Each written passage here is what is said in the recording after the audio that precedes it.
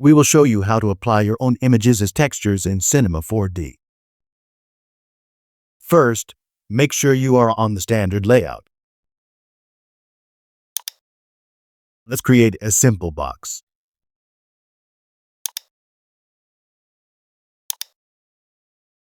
From the top right, press the Material Manager, then the plus icon to create a new material.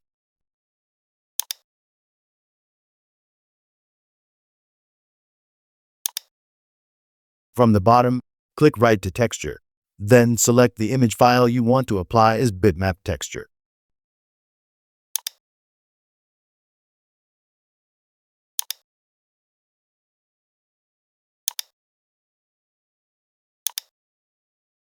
Drag the textured material onto your object. Now you can render it. All done. Please subscribe.